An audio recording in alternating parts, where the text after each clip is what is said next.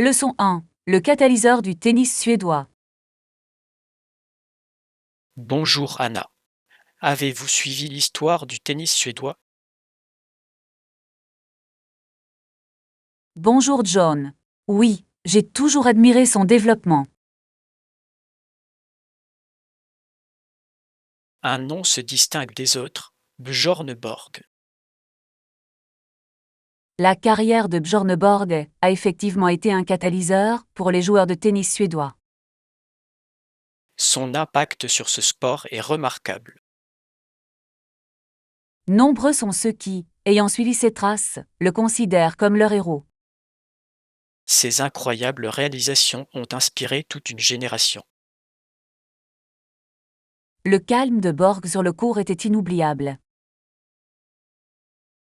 Sa force mentale le distinguait de ses concurrents. À votre avis, qu'est-ce qui a fait son succès? Son dévouement à l'entraînement était exceptionnel. Je crois que son éthique de travail a influencé de nombreux jeunes joueurs. Absolument. Il a démontré que le travail acharné mène au succès. Comment son style de jeu a-t-il révolutionné le tennis? Son service puissant et ses coups de fond de court phénoménaux étaient révolutionnaires. De nombreux joueurs s'efforcent encore aujourd'hui d'imiter ces techniques. Sa présence emblématique a contribué à accroître la popularité du tennis en Suède. En effet, il a fait connaître le tennis suédois au monde entier.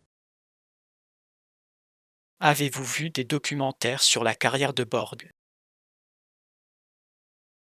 Oui, j'en ai regardé une qui mettait en avant ses meilleurs matchs. Sa rivalité avec John MC était particulièrement palpitante. Cette rivalité incarnait à la perfection le côté dramatique du tennis. Cela a mis en évidence la grâce de Borg face à l'intensité de MC. J'admire la façon dont Borg a su garder son sang-froid sous pression. Sa capacité à rester concentré lors de matchs à enjeu élevé est admirable. Cette compétence est essentielle pour tout athlète. De nombreux joueurs suédois le citent comme une source d'inspiration. Je comprends pourquoi. Il a ouvert la voie à des joueurs comme Matt Wieland et Stefan Edberg. Exactement. Leur succès témoigne des fondements posés par Borg. Selon vous, quel est l'impact de l'héritage de Borg sur le tennis suédois aujourd'hui? Son héritage promeut une culture d'excellence et de détermination. Les jeunes joueurs sont motivés par ses exploits. Oui, il le considère comme plus qu'un simple joueur, c'est une icône. Il est important pour les athlètes qui réussissent d'inspirer la prochaine génération. En effet, les modèles peuvent avoir une influence considérable sur les athlètes en herbe. Je crois que l'histoire de Borg démontre que la grandeur est accessible. Son parcours démontre que le dévouement et le talent peuvent permettre d'atteindre des sommets remarquables. Avez-vous vu de jeunes joueurs suédois qui vous font penser à Borg? Oui, plusieurs talents prometteurs émergent dans le tennis suédois. Il sera passionnant de voir comment ils perpétueront son héritage. Leur succès futur déterminera la profondeur avec laquelle l'influence de Borg restera enracinée. J'ai hâte de suivre leur carrière. Célébrons l'impact de Bjorn Borg sur le tennis. Leçon 2. Cultiver des habitudes durables. Bonsoir Anna. As-tu réfléchi à la manière de développer des habitudes durables à la maison? Bonsoir John. Oui, absolument. Je pense que nous devrions tous contribuer au développement durable. Je suis entièrement d'accord. Chaque petit effort compte. Quelles pratiques durables mettez-vous actuellement en œuvre chez vous? Je m'efforce de réduire les déchets en compostant les restes de cuisine. C'est une excellente pratique. Le compostage enrichit le sol tout en réduisant les déchets mis en décharge.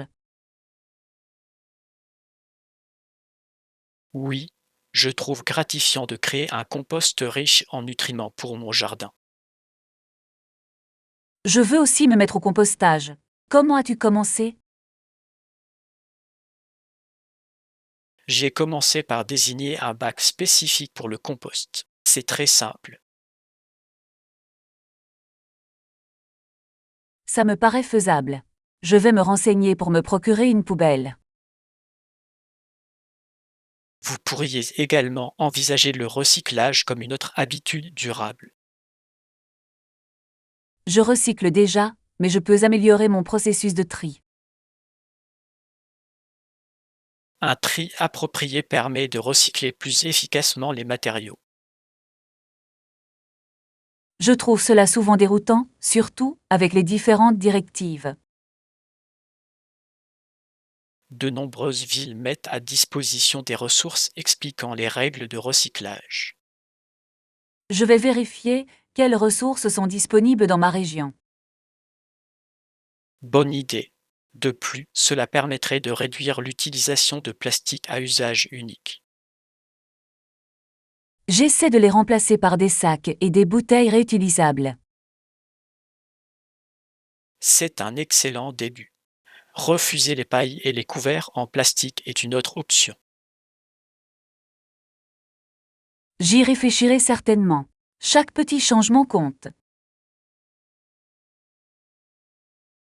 En parlant de changement, envisagez-vous des solutions pour améliorer l'efficacité énergétique de votre maison?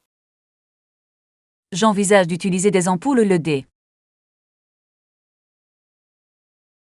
Les ampoules LED consomment moins d'énergie et durent beaucoup plus longtemps que les ampoules traditionnelles.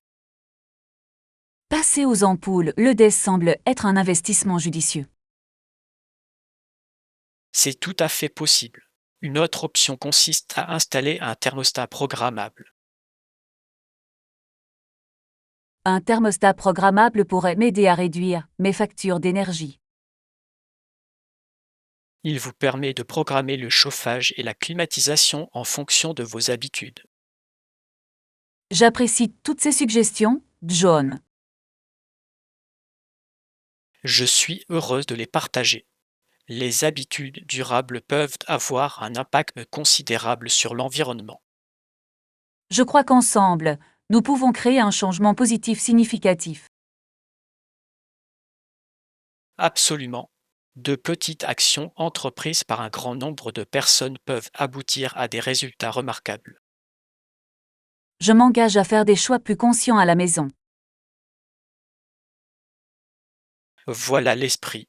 S'instruire et instruire les autres amplifie notre impact. Je peux partager ce que j'apprends avec mes amis et ma famille. Oui. Sensibiliser le public est essentiel pour bâtir un avenir durable. Continuons à nous soutenir mutuellement dans ce parcours. J'ai hâte de voir comment vos habitudes durables évolueront. Leçon 3. Le voyage des colons. Bonjour Anna. As-tu entendu parler des premiers colons de 1616? Bonjour John. Oui, je les connais. Leur voyage a été assez remarquable.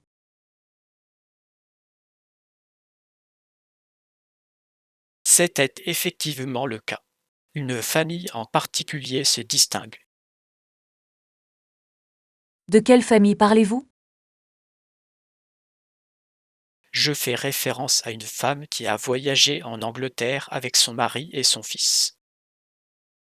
Cela semble être une entreprise courageuse. Qu'est-ce qui les a amenés en Angleterre? Ils recherchaient de meilleures opportunités et un nouveau départ. De nombreux colons de cette époque étaient motivés par l'espoir d'une vie nouvelle.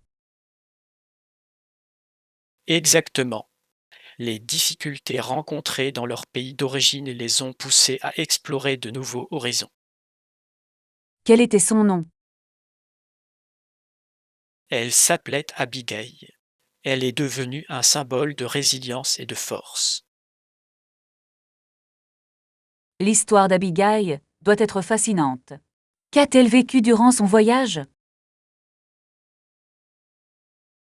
La traversée de l'océan fut périlleuse et longue.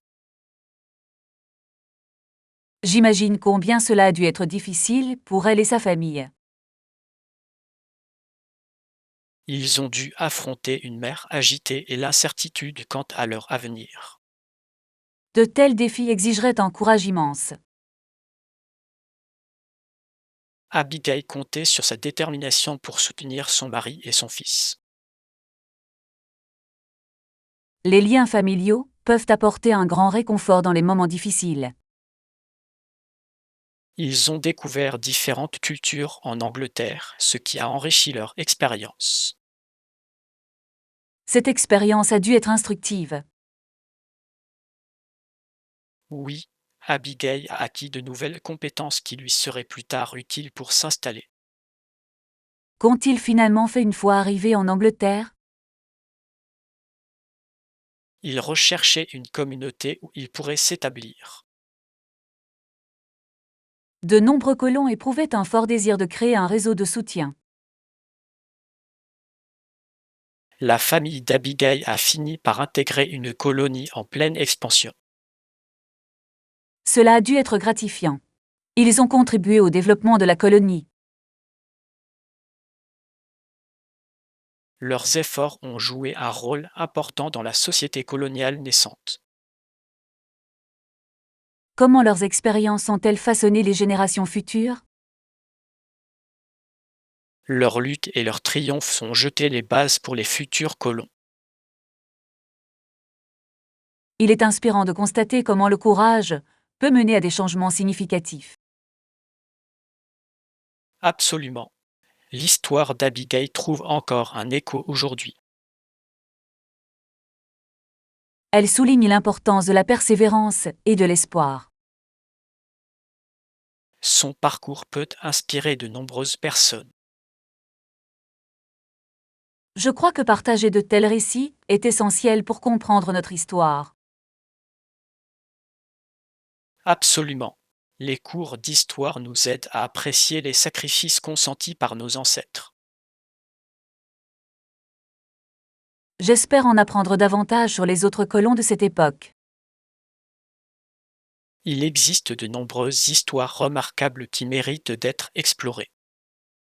Continuons nos recherches ensemble. J'adorerais ça. Ensemble, nous pouvons faire connaître ces histoires. Leçon 4. Le débat sur les républiques. Bonjour Anna. Avez-vous suivi les récents débats sur les républiques? Bonjour John. Oui, j'ai pris connaissance du débat dans différents pays. Il est fascinant de constater comment certaines nations embrassent le républicanisme tandis que d'autres y résistent. En effet, le concept de république a gagné du terrain dans de nombreuses régions. Et elle est devenue une république depuis lors. Cette transformation est significative. Oui, cela témoigne d'une évolution vers une gouvernance démocratique dans ces pays. Quels sont selon vous les principaux avantages d'être une république? Les républiques insistent souvent sur l'importance des droits individuels et de la représentation publique. Exactement. Les citoyens peuvent élire leurs dirigeants et influencer les décisions politiques. Cette autonomisation favorise un sens des responsabilités au sein de la population. À l'inverse, quels sont selon vous les défis auxquels les républiques sont confrontées? L'un des principaux défis est la polarisation politique parmi les citoyens. La polarisation politique peut entraîner un blocage de la gouvernance. Cela peut aussi créer des divisions, rendant difficile la recherche d'un consensus. Certains affirment que le processus électoral lui-même peut être source de controverses. C'est tout à fait vrai. Les campagnes peuvent parfois se concentrer davantage sur le conflit que sur la coopération. Dans certains pays, ce débat peut éclipser des questions importantes. Il est essentiel que le public reste informé et impliqué. L'éducation joue un rôle essentiel dans la formation de citoyens éclairés. Je crois que des discussions comme celle-ci contribuent à éclairer le fonctionnement des républiques. Oui, un dialogue ouvert peut encourager les citoyens à participer à la gouvernance. Pensez-vous que le débat sur les républiques continuera d'évoluer? Je crois fermement qu'elle s'adaptera à mesure que les sociétés évolueront et se développeront. Les mouvements sociaux façonnent souvent les débats sur la gouvernance. Exactement. Les mouvements citoyens peuvent influencer profondément le paysage politique. Les exemples historiques montrent que la volonté de faire triompher la démocratie est souvent ancrée dans le peuple. Oui, ce sont les voix des citoyens qui alimentent la demande de changement. J'ai remarqué que les jeunes générations sont particulièrement actives dans ces discussions. L'engagement des jeunes est crucial pour l'avenir de toute république. Ils apportent des perspectives nouvelles et des idées novatrices. Il est essentiel d'encourager leur participation à la vie civique. Absolument.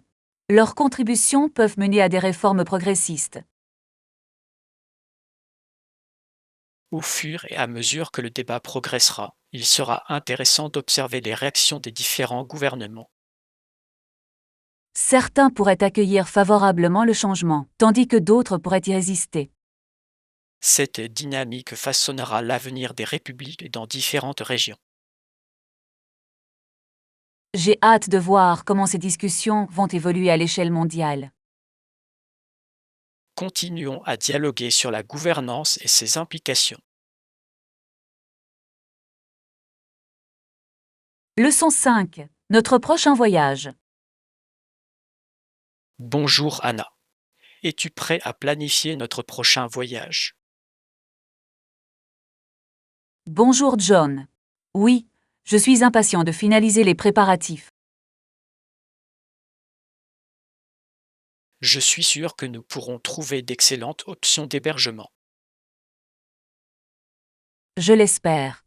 Trouver le bon hôtel est primordial pour un voyage réussi. Je suis entièrement d'accord.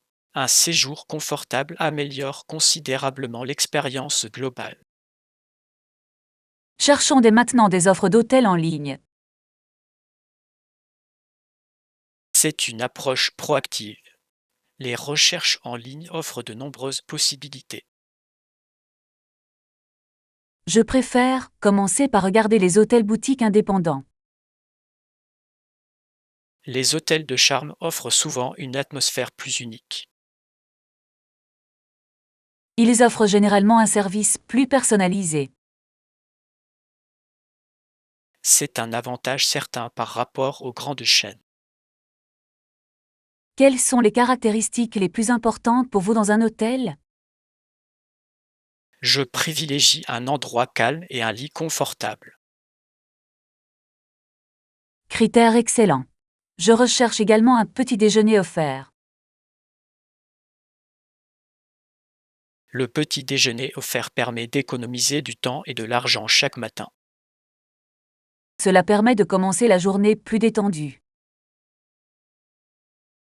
Affinons nos termes de recherche sur Internet. Nous devrions préciser les dates et la zone générale que nous préférons. Oui, filtrer par tranche de prix permettra également de restreindre les résultats. Avez-vous déjà consulté des sites web de voyage spécifiques? J'ai jeté un coup d'œil à quelques sites de comparaison ce matin. Ces sites sont utiles pour comparer les prix côte à côte. Ils offrent un bon aperçu des offres disponibles. J'ai remarqué un hôtel qui bénéficiait d'excellents commentaires concernant son personnel. Les avis positifs du personnel sont un indicateur fort d'un service de qualité. Les commentaires mentionnaient également une charmante terrasse sur le toit. Une terrasse sur le toit semble idéale pour profiter des soirées. Nous pourrions peut-être y prendre un verre pour nous détendre après les visites. Voilà une excellente façon de se détendre chaque jour. Vérifions la disponibilité de cet hôtel en particulier. Je consulterai également leur site web direct. Parfois, réserver directement permet de bénéficier de meilleurs tarifs ou d'avantages. C'est une stratégie très intelligente, Anna. Nous devrions explorer toutes les pistes.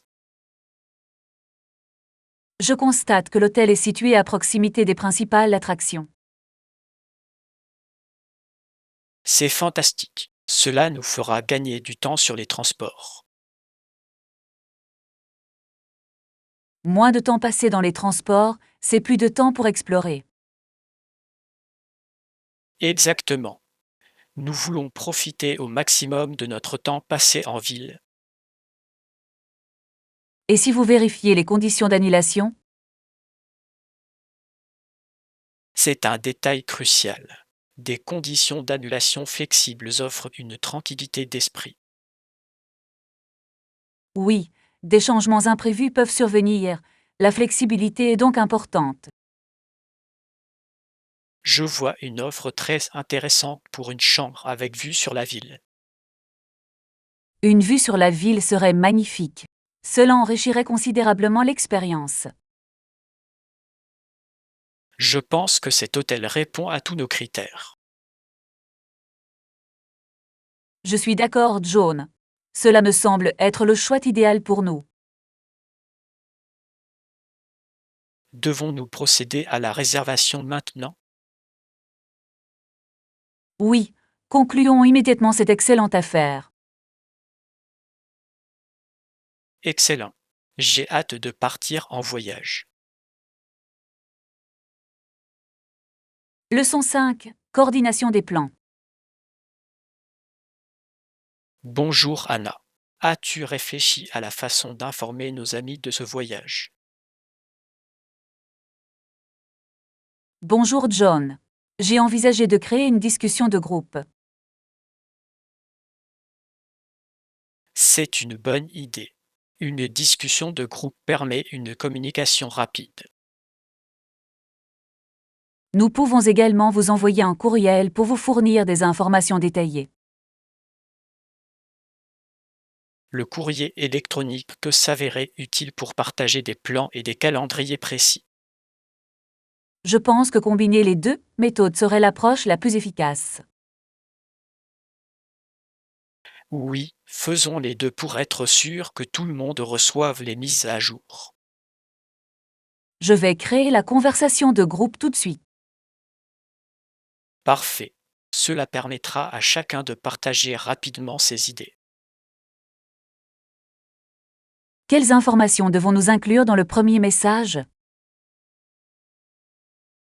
Nous devrions mentionner les dates du voyage, la destination et les principales activités prévues. Cela semble complet. Une liste des articles à emporter serait également utile. Absolument. Les listes de bagages permettent à chacun de bien se préparer. Je vais rédiger un message qui intègre tout cela. Une fois que vous aurez terminé, nous pourrons le relire ensemble avant de l'envoyer. Bonne idée. Merci pour votre contribution, John. Le travail d'équipe améliore nos efforts de planification. Après avoir échangé des messages dans la conversation de groupe, nous pourrions envoyer un courriel de suivi. Le courriel peut contenir tous les détails abordés lors de la conversation. De cette façon, personne ne manquera d'informations importantes. Exactement. Une communication claire suscite l'enthousiasme pour le voyage. Une fois que tout le monde aura confirmé, nous pourrons finaliser les réservations. J'attends avec impatience vos réponses. Cela facilitera l'organisation.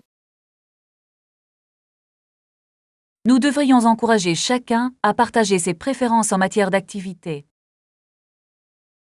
Cela nous permettra de créer un itinéraire qui plaît à tout le monde.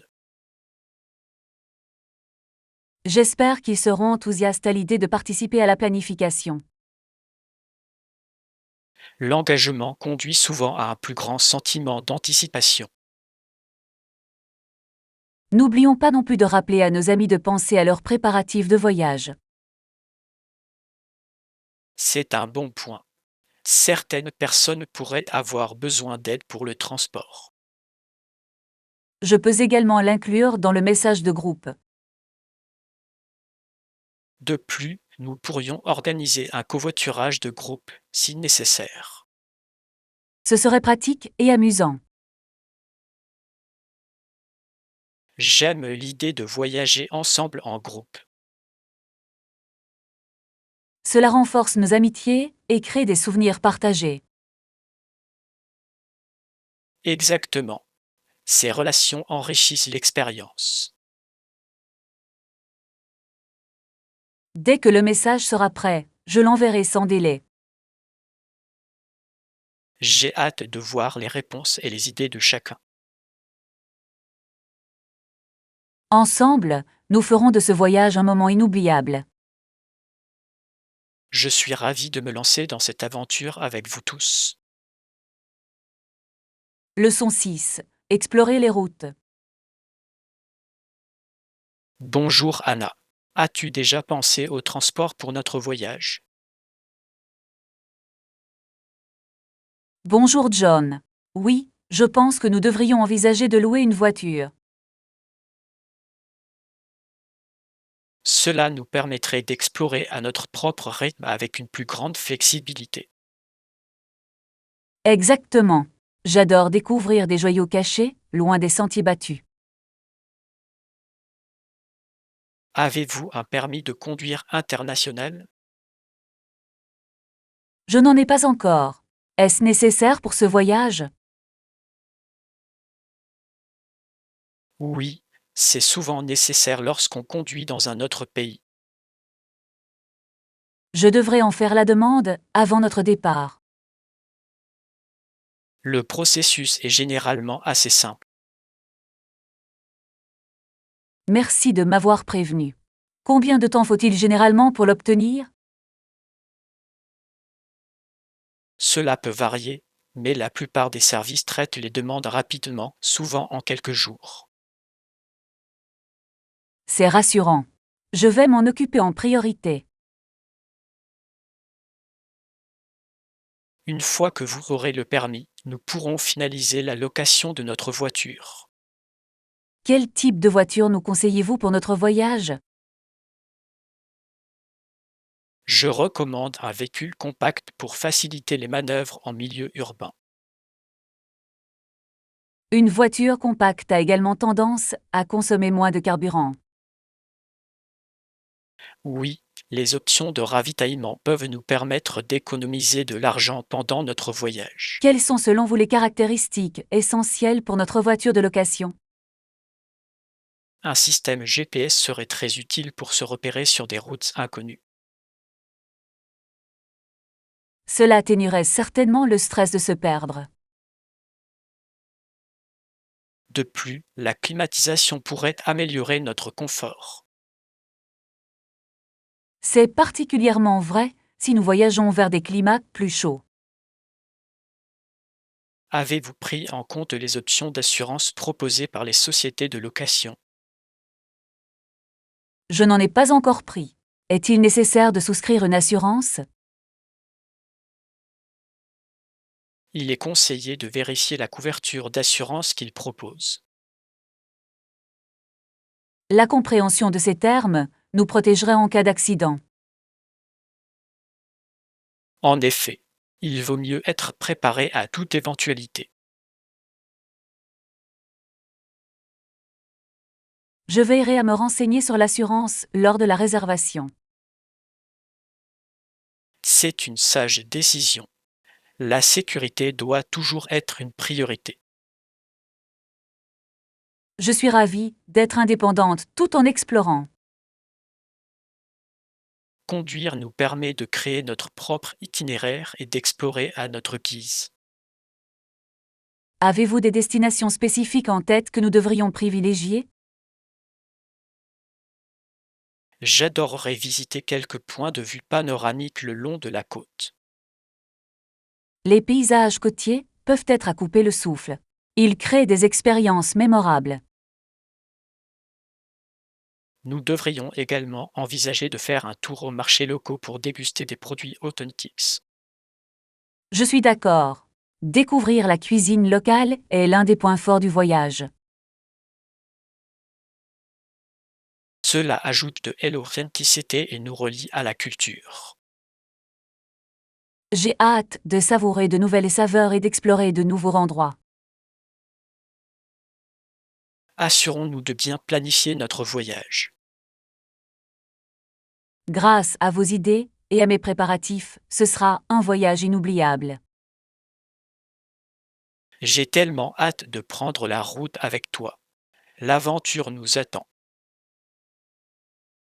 Leçon 7.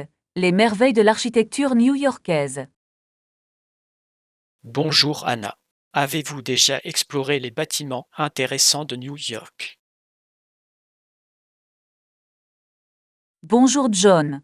Oui, j'ai toujours été fasciné par l'architecture de cet endroit. New York abrite des édifices emblématiques. Par exemple, le Woolworth Building se distingue nettement. Le Woolworth Building est un exemple classique d'architecture néogothique. C'était le plus haut bâtiment du monde lors de son achèvement en 1913. C'est remarquable. Ces détails ornementaux sont vraiment impressionnants. Un autre bâtiment remarquable est le Chrysler Building, un chef-d'œuvre du style Art déco. J'ai toujours admiré la flèche du Chrysler Building. Elle est unique et élégante. Exactement. Cela capture magnifiquement l'essence de cette époque. Je crois qu'il a été achevé en 1930 et qu'il comportait de nombreux éléments de conception novateurs. Oui, il utilise une combinaison unique de retraits et de motifs décoratifs. Les gargouilles qui ornent le bâtiment lui confèrent du caractère et du charme. Il contribue effectivement à son caractère unique. Avez-vous visité l'Empire State Building? Oui, l'Empire State Building est l'un des gratte-ciels les plus célèbres au monde. Son style art déco est emblématique. La vue depuis la plateforme d'observation est à couper le souffle. Absolument. Je me souviens avoir été émerveillé par la vue d'en haut de la ville. L'édifice arbore des symboles de son époque, comme le magnifique plafond du hall d'entrée.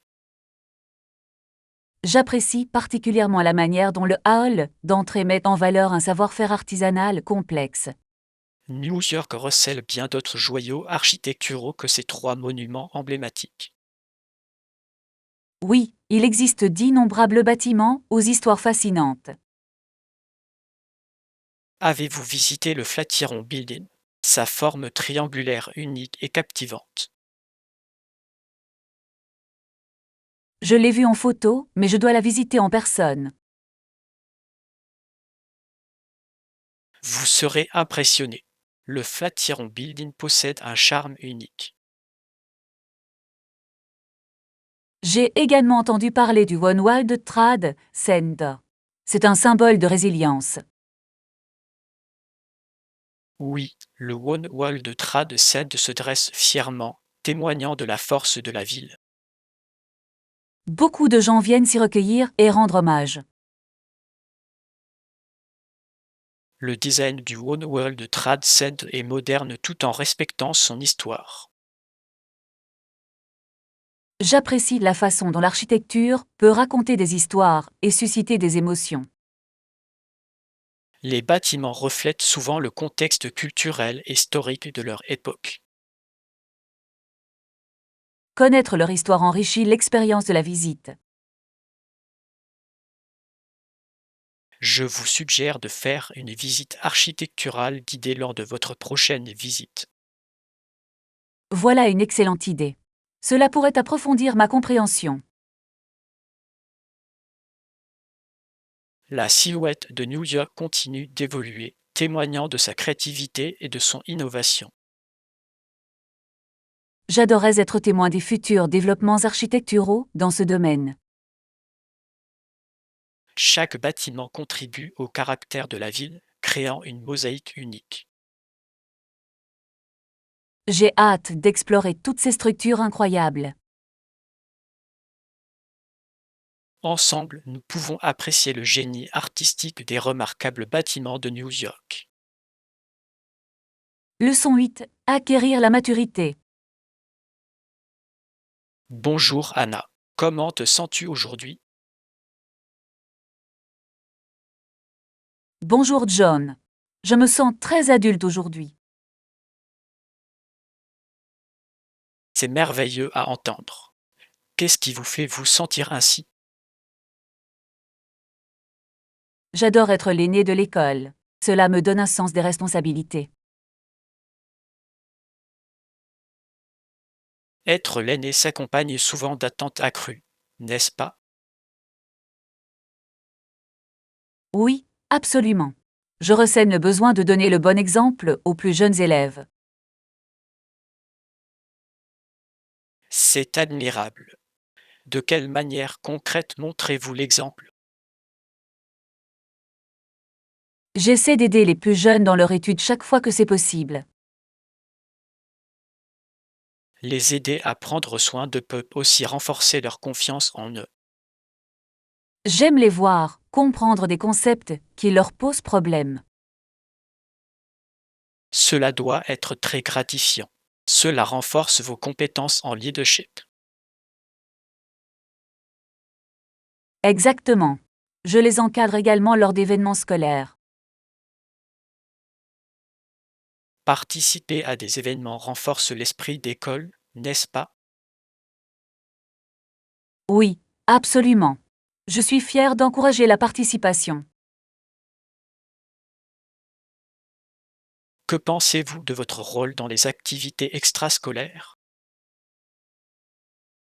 J'y vois une excellente opportunité de développement personnel. En effet, elles permettent aux élèves d'explorer leurs intérêts et leurs talents.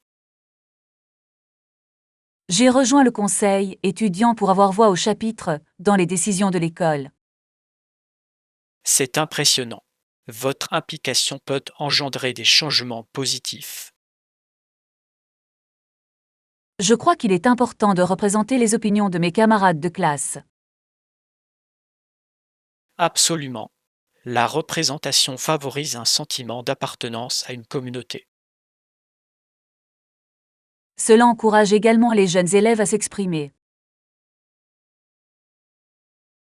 Ressentez-vous une quelconque pression pour conserver votre rôle d'élève le plus âgé?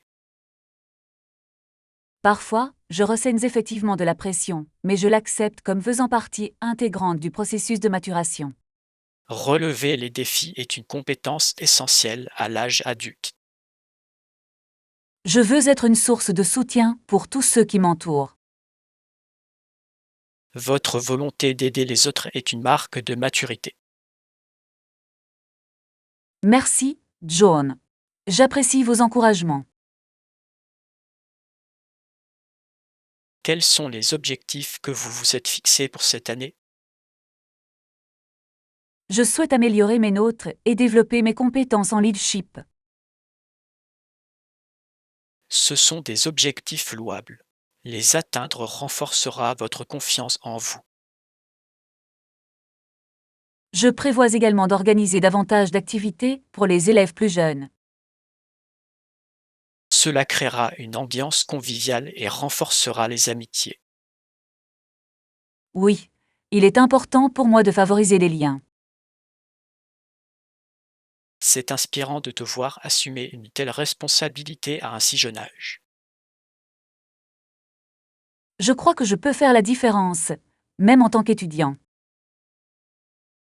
Bien sûr que oui, votre point de vue est précieux.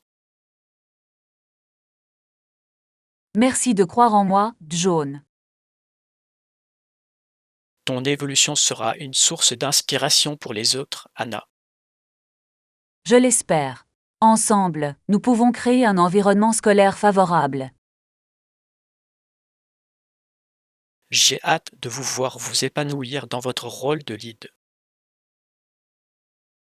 Leçon 9. Préparer ses bagages pour réussir. Bonjour Anna. As-tu commencé à préparer notre prochain voyage? Bonjour John. J'ai commencé, mais j'ai toujours du mal à choisir ce que je dois emporter. Oui, il peut être difficile de décider ce qui est essentiel et ce qui peut être laissé de côté. Exactement. J'emporte souvent trop de choses, et je finis par n'en utiliser que la moitié. Je comprends. Une liste de bagages bien pensée peut atténuer ce stress. C'est une excellente idée. Quels sont les objets que vous considérez comme essentiels pour voyager? Tout d'abord, je pense que le confort des vêtements est primordial. Superposer les vêtements est souvent utile. C'est logique. Les couches permettent de s'adapter aux conditions météorologiques. Je privilégie également les chaussures confortables pour la marche et l'exploration. Absolument. Il n'y a rien de pire que d'avoir mal aux pieds en voyage. Outre les vêtements, je recommande d'apporter des articles de toilette dans des contenants de format voyage. J'oublie toujours d'emporter des produits en format voyage. Ça permettrait de gagner de la place. Oui, réduire au minimum le nombre d'objets encombrants peut faire une différence significative. Et pour le matériel informatique? Dois-je emporter mon ordinateur portable ou seulement ma tablette? Cela dépend de vos besoins. Si vous comptez travailler, un ordinateur portable peut s'avérer nécessaire. Je préférais voyager léger. Une tablette pourrait suffire. C'est un choix judicieux pour un voyage d'agrément. Et vos documents de voyage? Avez-vous un système pour les organiser? Je recommande de placer tous les documents essentiels dans un portefeuille ou une pochette de voyage. Des documents bien organisés permettront assurément de gagner du temps lors des enregistrements. En effet, cela évite le désagrément de chercher des documents au dernier moment. Devrais-je également prévoir d'emporter des encas pour le voyage? Les encas sont une excellente idée. Ils peuvent s'avérer très utiles lors de longs trajets. J'emporte généralement des noix et des barres de céréales. Elles sont nutritives et faciles à transporter. Ce sont d'excellents choix. L'hydratation est tout aussi importante en voyage. Je n'oublierai pas d'apporter une gourde réutilisable. Bien s'hydrater améliore votre expérience de voyage global. J'apprécie vos conseils pour faire les bagages. Ils sont très utiles. Je suis ravi de vous aider. Avez-vous prévu des activités pour le voyage? En général, je télécharge les podcasts et les livres audio à l'avance. C'est une excellente façon de passer le temps en voyage. Je trouve que cela me permet de rester concentré, surtout pendant les longues périodes d'attente. Planifier ces divertissements à l'avance est bénéfique pour un voyage agréable. Pensez-vous que je devrais emporter un sac supplémentaire pour les souvenirs? C'est une idée astucieuse. L'espace supplémentaire permettra d'y entreposer tous les trésors que vous trouverez. J'en tiendrai compte, ainsi que de l'importance de voyager léger. Trouver le juste équilibre entre l'essentiel et l'espace est primordial. Je vais commencer à rédiger ma liste de bagages en fonction de vos suggestions. Établir une liste peut simplifier le processus et vous assurer de ne rien oublier. Merci, John. Je suis beaucoup plus confiante quant au processus d'emballage maintenant. De rien, Anna. Ensemble, nous pouvons faire de ce voyage un moment agréable et sans stress.